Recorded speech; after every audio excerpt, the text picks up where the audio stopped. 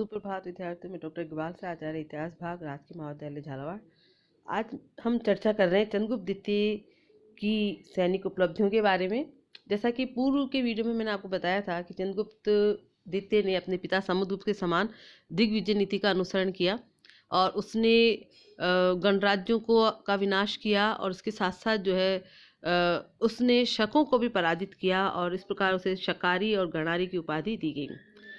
चंद्रगुप्त की शक विजय के बारे में हमने चर्चा की। इसके बहुत महत्वपूर्ण परिणाम निकले विद्यार्थियों, और इसकी वजह से पश्चिमी मालवा, गुजरात, सौराष्ट्र और काठियावाड़ के प्रदेश गुप्त साम्राज्य के निकट के अंतर्गत आ गए और पश्चिम में गुप्त साम्राज्य की सीमा अब अरब सागर तक पहुंच गई। भ्रग कच्छ यानी आधुनिक भड़ोच नामक प्रसिद्ध बंदरगाह अब गुप्त साम्राज्य के अंतर्गत आ गया। मालवा, गुजरात और सौराष्ट्र के उर्वर तथा समृद्ध प्रदेशों की प्राप्ति तथा पश्चिमी तटवर्ती पत्तनों के संपर्क से गुप्त काल में व्यापार की बड़ी अभिवृद्धि हुई। उस काल में उज्जैन व्यापार का बहुत बड़ा केंद्र था और बहुत सारे व्यापारिक मार्ग वहाँ केंद्रीभूत थे। ऐसा प्रतीत होता है कि शक विजय के बाद चंद्रगुप्त ने अपनी दूसरी राजधानी उज्जैन में स्थापित की। 58 ईसा पूर्व में शकों को पराजित कर उज्जैन के राजा विक्रमादित्य ने विक्रम संवत का प्रवर्तन किया था। विद्वानों का मानना है कि उस महान परंपरा की स्मृति में चंद्रगुप्त द्वितीय ने शक विजय के बाद विक्रमादित्य की उपाधि धारण की। शक विजय के बाद ऐसा माना जाता है कि पूर्वी बंगाल भी जो है उसने विजित किया और जो मेहरौली का लौह स्तंभ लेख है जो कि दिल्ली में लगा है, उससे पता चलता है कि चंद्र नामक एक राजा ने बंग प्रदेश में अपने विरुद्ध संगठित राजाओं के एक संघ को पराजित करके बंग प्रदेश को जीत लिया। और डॉक्टर पांडे, डॉक्टर अल्टेकर आदि अनेक विद्वान इस बात का जो है समर्थन करते हैं। और मेहरौली लौह स्तंभ से हमें बहुत सारी अन्य विजयों की भी जानकारी मिलते हैं और इस विजय के परिणाम स्वरूप चंद्रगुप्त के राज्य की सीमाएं जो है आसाम तक फैल गईं। इसी प्रकार उसके द्वारा पश्चिमोत्तर भारत पर भी आधिपत्य किया गया। और मेहरौली का लौह स्तंभ लेख से ये भी हमें पता चलता है कि राजा चंद्र ने सिंधु नदी के 7 मुहानों को पार करके वाहलिकों को पराजित किया। पश्चिमोत्तर भारत में कुषाणों के वंशज शासन कर रहे थे जिन्होंने समुद्रगुप्त की प्रभुता को स्वीकार किया था। संभवतः उनके विद्रोह को दबाने के लिए चंद्रगुप्त द्वितीय ने उनके खिलाफ अभियान किया हो। डॉक्टर राजबली पांडे का मानना है कि चंद्रगुप्त द्वितीय ने पंजाब और सीमांत पर अधिकार जमाकर भारत के प्राचीन दिग्विजयी राजाओं की परिपाटी के अनुसार हिंदू कुश को पार कर दिग्विजय करते हुए वाहलिकों को हराया। इसी प्रकार ये भी जानकारी होती है कि दक्षिणापथ पर भी उसने पुनः आधिपत्य किया और इसकी जानकारी भी मेहरौली स्तंभ लेख से ही मिलती है जो ये कहता है कि चंद्र के शौर्य समीर से आज भी दक्षिणी समुद्र सुगंधित है। यानी इससे अनुमान होता है कि रामगुप्त के दुर्बल शासनकाल में दक्षिण भारत के राजाओं ने गुप्त साम्राज्य से निकलने का प्रयास किया और चंद्रगुप्त ने अपने पराक्रम से वहां फिर अधिकार किया। विद्यार्थियों, जो मेहरौली लौह स्तंभ है उससे हमें बहुत सारी जानकारियाँ और भी मिलती है। जैसे कि चंद्र नामक एक राजा था, उसने अपने भुजबल से अधिराज्य की स्थापना की। उसका शासनकाल दीर्घकालीन था यानी बहुत लंबा था। बंग युद्ध में उसने सम्मिलित रूप से आए शत्रुओं को यानी संगठित रूप से एक ग्रुप बनाकर आए लोग शत्रुओं को पराजित कर भगा दिया। युद्ध में सिंधु नदी के 7 मुखों को पार करके उसने वाहलिकों को पराजित किया और उसके शौर्य समीर से आज भी दक्षिणी समुद्र सुगंधित है, जैसा कि अभी मैंने पहले कहा। जिस समय ये अभिलेख उत्कीर्ण कराया गया था विद्यार्थियों, उस समय तक चंद्रगुप्त जो है उसकी मृत्यु हो चुकी थी, ये भी इससे पता चलता है।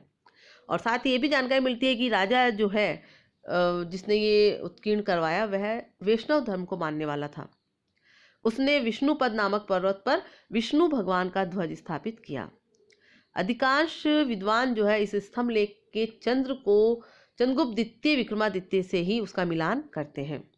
इस स्तंभ लेख में विद्यार्थियों कोई तारीख नहीं है, कोई तिथि नहीं है, परंतु उसकी जो लिपि है वो निश्चित रूप से गुप्तकालीन है। और इस अभिलेख से चंद्रगुप्त द्वितीय विक्रमादित्य की जो उपलब्धियां जैसे मैंने बताया, बंगाल विजय, वाहलिक प्रदेशों की विजय तथा दक्षिणापथ पर पुनः आधिपत्य स्थापना की जानकारी मिलती है। साथ ही ये भी उल्लेखनीय है कि बंगाल पर विद्यार्थियों समुद्रगुप्त का भी आधिपत्य था। समुद्रगुप्त का अधिकार संभवतः दक्षिण बंगाल पर था और चंद्रगुप्त द्वितीय ने उत्तरी और पूर्वी बंगाल को भी अपने अधिकार में किया होगा। इस प्रकार जो विजय अभियान उसके द्वारा किए गए, उससे चंद्रगुप्त द्वितीय का साम्राज्य विस्तार जो है बहुत फैल चुका था और एक विशाल साम्राज्य स्थापित करने में वे सफल रहा। उसका साम्राज्य पश्चिम में सिंध व पंजाब से लेकर पूर्व में बंगाल तक विस्तृत था। उत्तर में कश्मीर की दक्षिण सीमा से लेकर दक्षिण पश्चिम में काठियावाड़ व गुजरात तक फैला हुआ था। दक्षिणापथ के राज्य भी उसके प्रभुत्व में थे, वे उसे कर तथा भेंट देते थे। इतना विशाल साम्राज्य स्थापित करने के बाद उसने भी वैदिक परंपरा के अनुसार अश्वमेध यज्ञ किया। अब बात करें अश्वमेध यज्ञ की, तो श्री जे रत्नाकर को वाराणसी के समीप मगरवा नामक गांव में पत्थर का एक बना हुआ एक अश्व प्राप्त हुआ, जिस पर चंद्रंगु लिखा हुआ है मिलता है। उन्होंने चंद्रंगु को चंद्रगुप्त द्वितीय माना है। अतः अनुमान किया जाता है कि ये अश्व जो है प्रतिमा जो है उसके द्वारा अश्वमेध यज्ञ के अवसर पर ही जारी की गई होगी, बनवाई गई होगी।